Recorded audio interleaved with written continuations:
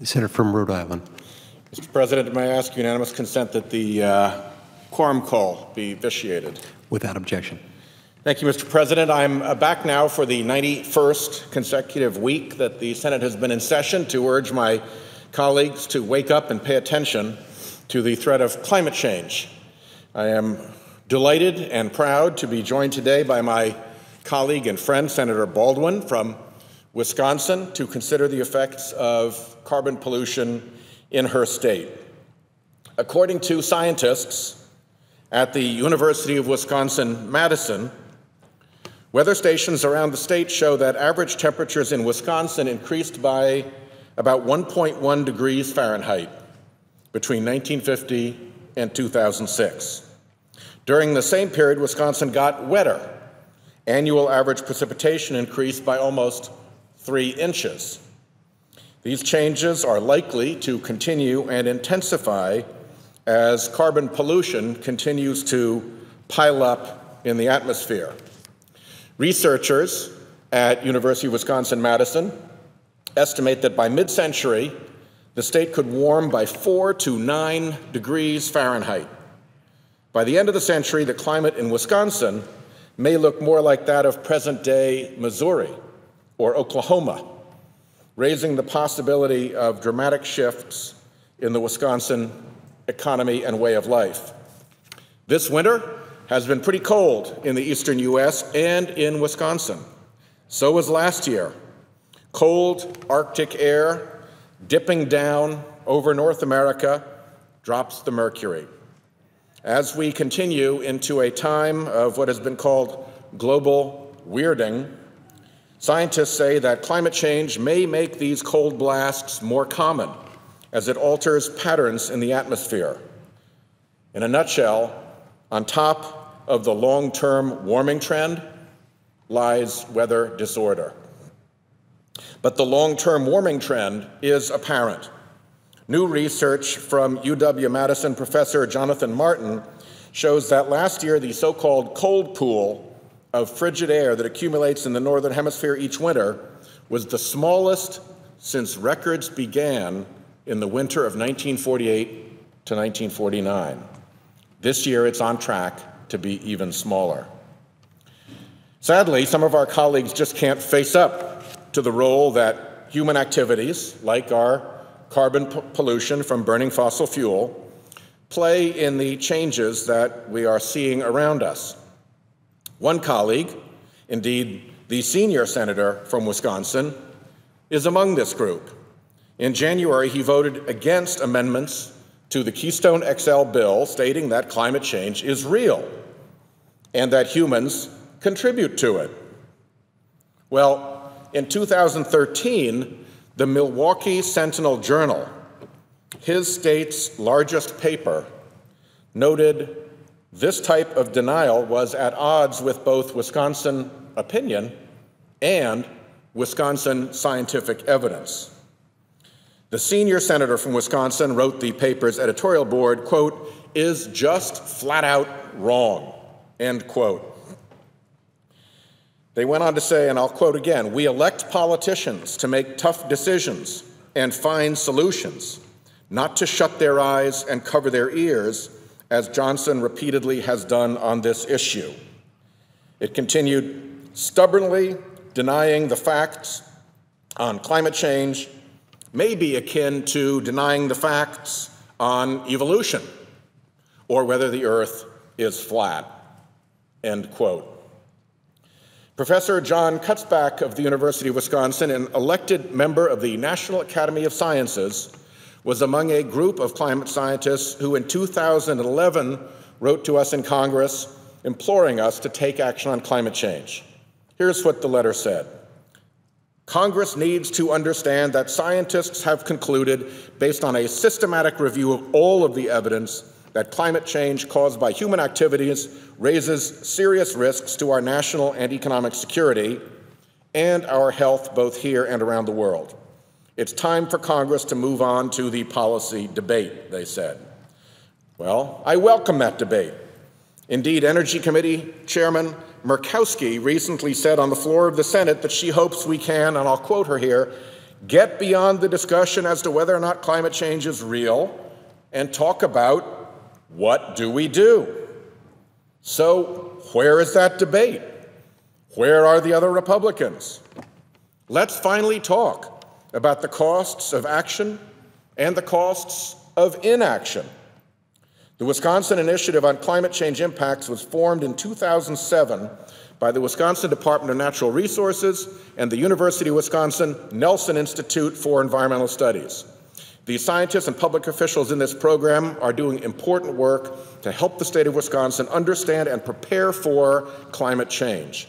They're studying how it will affect wildlife, water resources, public health, and important Wisconsin industries like forestry, agriculture, and shipping and tourism on the Great Lakes. Climate change threatens iconic aspects of the Wisconsin environment and economy. The Wisconsin Initiative on Climate Change Impacts Agriculture Working Group reports that higher summer temperatures and increasing drought will create significant stress on livestock, even touching, dare I say it, Wisconsin's famed cheese industry. Victor Cabrera, an assistant professor in the University of Wisconsin-Madison Dairy Science Department, they have one, says heat stress interferes with fertility and milk production. Dairy cows could give as much as 10% less milk. The U.S. Department of Agriculture predicts that by 2030, climate change will cost the U.S. dairy sector between $79 and $199 million a year in lost production. When opponents say reducing carbon pollution will cost too much, they conveniently leave out the costs of doing nothing, like these costs. Well, Mr. President, the dairy state is not waiting for Congress to take action. The University of Wisconsin is leading a USDA-funded effort to identify dairying practices that minimize the emission of greenhouse gases and make dairies more resilient to the effects of a changing climate.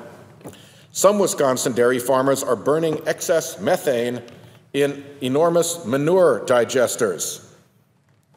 That's a frightening concept, to generate their own renewable electricity. Wisconsin sportsmen know that Wisconsin has more than 10,000 miles of trout streams, some of the best trout fishing in the country.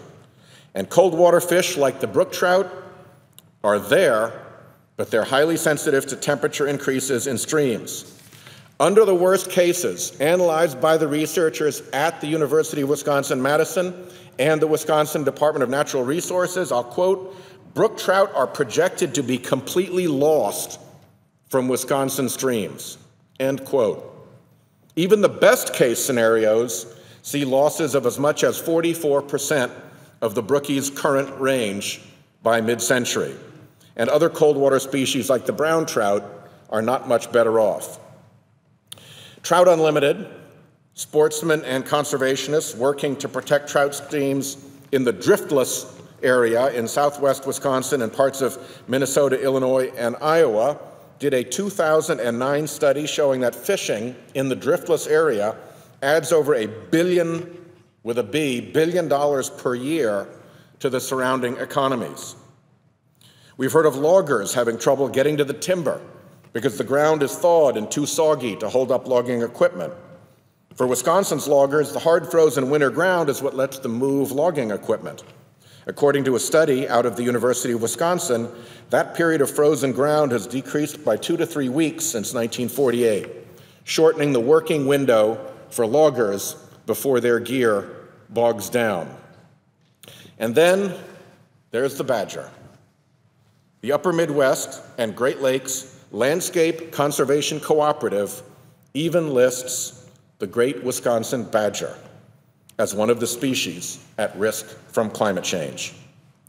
Mr. President, Senator Baldwin knows that done right, action on climate change saves Americans money, spurs American innovation, and creates new American industry and jobs. Focus on Energy, Wisconsin's statewide energy efficiency program, has been helping Wisconsin families and businesses save money and reduce energy use since 2001. The Wisconsin Public Service Commission expects that this program will inject over $900 million into the state's economy. and net over 6,000 new Wisconsin jobs over the next decade. I am very grateful to my friend Senator Baldwin for her strong leadership on behalf of the people of Wisconsin to stave off the worst effects of climate change in her home state, and I yield to her now. Well, thank you, Senator Whitehouse, for your commitment to addressing the threats of climate change globally in our country, and for highlighting some of those threats in my home state of Wisconsin. Mr. President, let there be no doubt that global climate change is real. It is a fact. The question is not whether it's happening, but rather how we are going to address it. Are we going to do all that we can to leave the next generation a safer and healthier world? As my friend from Rhode Island just noted, climate change will be costly to our economy and to our very way of life. And the longer we wait to act, the more costly these impacts will be. Throughout our history, the state of Wisconsin has been a proud home to environmental leaders who have worked to pass on a stronger environment to future generations. Aldo Leopold, John Muir, and Senator Gaylord Nelson, the founder of Earth Day and the namesake for the Nelson Institute at the University of Wisconsin that my colleague from Rhode Island just mentioned in his remarks. And as a representative of our great state, it is one of my top priorities to follow in this legacy and to preserve our natural resources and quality of life for future generations. It's not hard to see why Wisconsinites have always deeply valued environmental protection. Looking out at the clear, crystal clear waters of Lake Superior from its south shores, or standing atop Rib Mountain, gazing at the forests and farmlands of central Wisconsin, to casting your fishing rod in the world-class trout streams of the driftless region in southwestern Wisconsin, there is no question that we are blessed by the natural beauty of our state. But, Mr. President, even now, the impact of climate change can be seen on each of these landscapes and in the economies that they support. We see it in our agriculture. Growing seasons are shifting, and extreme weather harms our crops.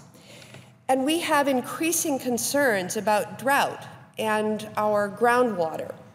In fact, NASA recently warned that within a few decades, within our lifetimes, the United States may enter a mega drought that could last 30 years. 30 years. In my home state, the resulting decreased soil moisture will put additional stress on farmers, on private wells, and on our municipal drinking water systems. These prolonged droughts, combined with the increased intensity of storm events and changing temperature patterns, will force farmers to make changes to how and what they grow. This is extremely troubling, as agriculture is an $88 billion industry in my home state of Wisconsin. We also see the negative effects of climate change on our Great Lakes. In Lake Michigan, for example, the levels of the lake are largely driven by precipitation. Changes in precipitation patterns due to climate change may cause more dramatic fluctuations or prolonged changes in lake levels. In addition, data from the National Oceanic and Atmospheric Administration show that summertime surface water temperatures have increased 8 degrees Fahrenheit since 1980. Warmer surface water temperatures disrupt the food chain, which threatens our fish population. And as these adverse effects are expected to worsen in the coming decades, they will inevitably lead to more wildlife disease and warmer waters that will drive out native fish. Changing water levels also create new challenges for property owners and communities that are along the Great Lakes. Infrastructure may need to be redesigned. Insurance demands may change. And the new health risks, there are new health risks that may emerge or be exacerbated by additional stress imposed on our sewer systems. Each of these will hurt our local economies. Mr. President, tourism is also a major part of Wisconsin's economy. And the North Woods is a favorite destination to fish, camp, hunt, and snowmobile. But projections show that by mid-century, the climate of areas like Bayfield and Vilas County in the North Woods will be more similar to what we've known in the southeastern part of the state of Wisconsin in counties like Waukesha County. Meanwhile, Waukesha County's climate could be more similar to what we used to expect hundreds of miles south in the neighboring state of Illinois. The impacts on tourism, recreation, and the landscape we hold dear may be dramatic, and the threats may be daunting, but we cannot continue to let the challenges overwhelm us and cause inaction on our part. Wisconsin's state motto is forward. The people of Wisconsin have never been afraid of the challenges we face or what the future holds. We have a strong progressive tradition of confronting our challenges and working together to shape our future for the next generation. In fact, analysis by the World Resources Institute in 2013 found that Wisconsin is well positioned to meet national goals for carbon pollution reduction. And by extending existing clean energy policies, Wisconsin could reduce its emissions substantially in coming years. In addition, many of Wisconsin's most successful companies are leaders in energy efficiency, renewable energy, and clean technology. They are vital sources of innovation and will provide opportunities for the workers of today and tomorrow. Mr. President, I believe smart investments by government, by companies and institutions, and by citizens will help us confront the challenge of climate change while positioning Wisconsin for 21st century economic and ecological resiliency. This opportunity is great, and we must meet the challenge head on, going forward the Wisconsin way. I'd like to once again thank Senator Whitehouse for his laser focus on the issue that is so critical to all of our home states, as well as, frankly, the entire global community. I thank you, and I yield the floor. And I would suggest that I yield the floor back to Senator Let me just Whitehouse. thank Senator Baldwin for sharing this time with me this evening and for all the wonderful work that she does on behalf of her home state. So with that, we yield the floor and suggest the absence of a quorum. The clerk will call the roll. Mr. Alexander.